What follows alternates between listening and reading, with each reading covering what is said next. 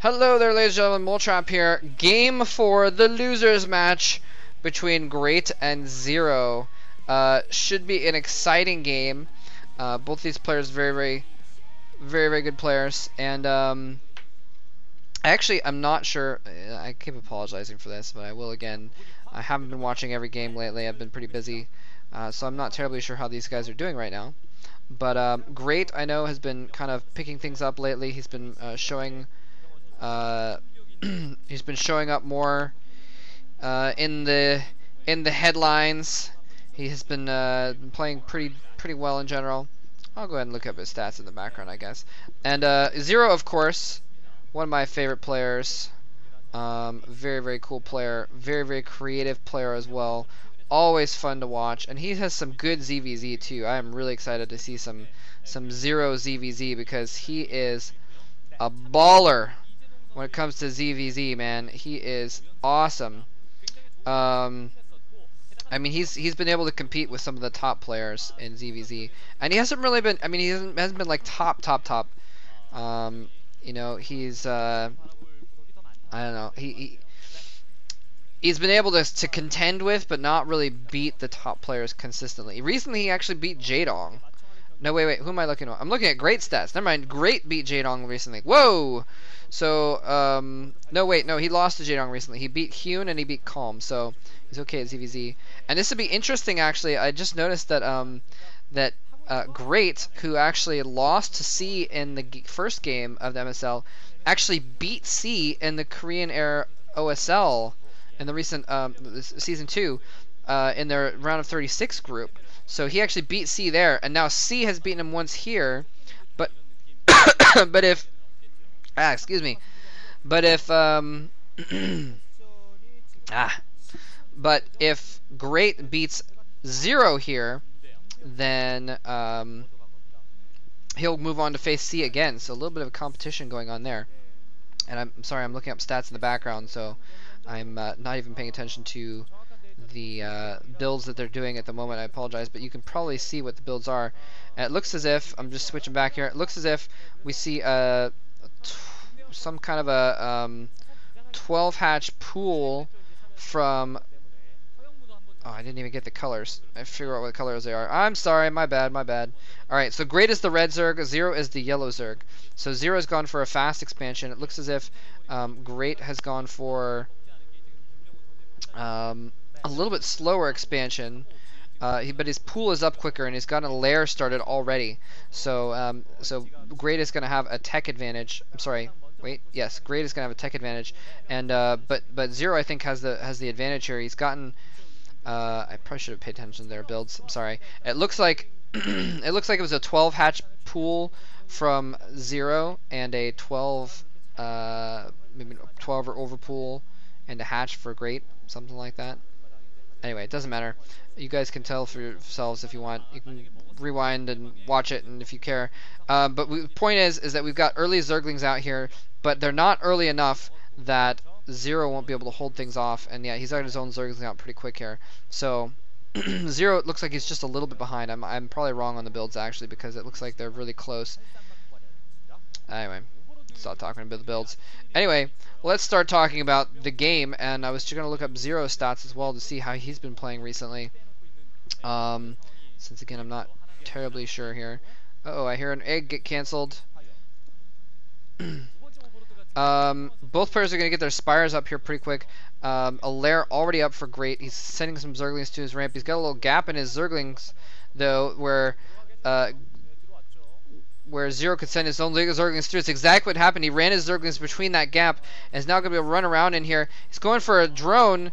Knock him. Oh, one drone is almost dead. Oh, is he going to be able to run around back, get that drone? He's got one hit left on that Zergling. Oh, he gets the drone. Gets the drone. The drone even turns to attack the Zergling, and he gets it. Nicely done. Now, this is an interesting situation where Great has his hatchery, his extra base, behind those cloaked eggs. So it's going to make it so that, well, that's kind of interesting. You don't usually see both players getting sunken colonies in preparation for the other one. Anyway, so he's got his extra hatchery behind those cloaked eggs, so they're protected from Zerglings, and he can hold his ramp a little bit easier against ground attacks, but it means that he's going to be vulnerable from the air. He won't be able to really, well, I mean, I guess any air units are going to be able to get over there pretty quickly. So never mind, that doesn't really matter at all that much. Unless he gets some kind of a drop in over there, which isn't likely to happen. So never mind, I guess it doesn't really matter, actually. Evo Chamber going up for 0. Very interesting. So he is not confident he's going to be able to have enough air forces out here to hold off these early Spire units from Great. And by the way, I'm looking at Zero stats here. He's been playing really well lately. He's actually beaten some decent people, gotten into the OSL as well, it looks like. Oh, sweet. Anyway, let's get back to the game though. Wow, running with a bunch of Zerglings. What is he doing? Whoa, he's just going straight for the drones with his Zerglings, and he's actually doing a decent job of attacking those drones, but he's just losing so many Zerglings without accomplishing very much. So Great sacrificing looked like 8 Zerglings in order to get like 1 or 2 drones. Now we got Scourge out for both players, and some Mulists coming out here for... What the heck? Oh, he just killed his own Zerglings, probably to make some supply room to make an extra Mutalisk. He knows that the air battle is going to be important from here on out.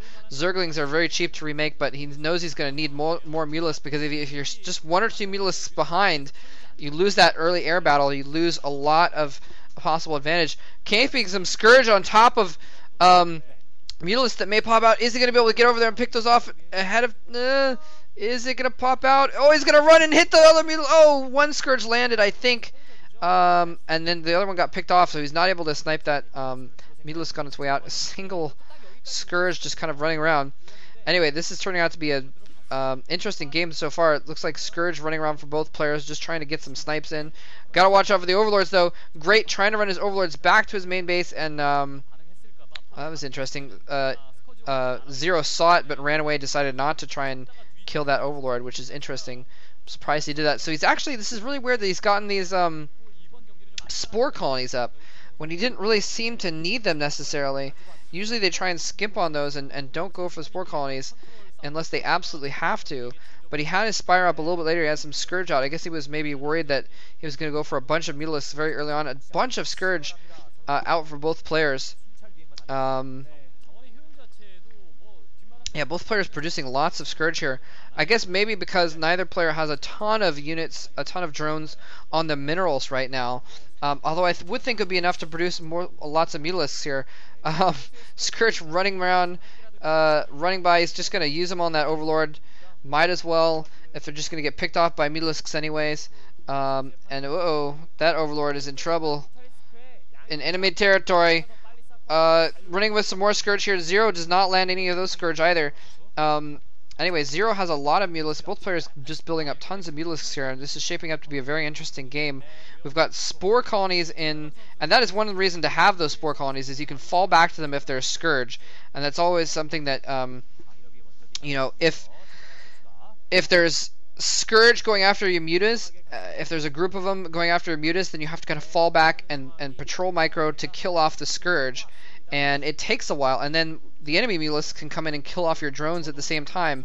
But if there are spore colonies there, then you're kind of safe against that. You can fall back to those spore colonies and have the spores pick off Scourge, or at the very least the spore colonies can protect just for a little bit longer, can protect your supply lines while you're kind of microing away. And a Queen's Nest going down for Zero already. Wow, only 9 minutes into this video. And Queen's Nest going down for Zero. And we have seen some crazy Zerg versus Zergs lately. We saw, what was that, Yellow versus, who was that epic ZVZ, I forget. Yellow versus Jadong, where we saw Queens in play. We saw, you know, players ensnaring entire groups of Mutalisks to try and separate them out and gain some ground. And Queens can be very, very effective. Usually, you know, a Queen's Nest is a matter of a couple of Mutalisks. You know, if you get a Queen's Nest and a Queen out and an upgrade, that's, you know, that's 3, 4, or 5 Mutalisks depending And so that's a lot of Mutalisk that you're skipping out on. So usually you players don't go for that, but it is, if you can spare it, it really is a very good tactical advantage. And I guess Zero maybe feels comfortable enough with his Spore Colonies around that he can do a little bit of teching up as well and go for a mid game. I would really like it if Zerg versus Zerg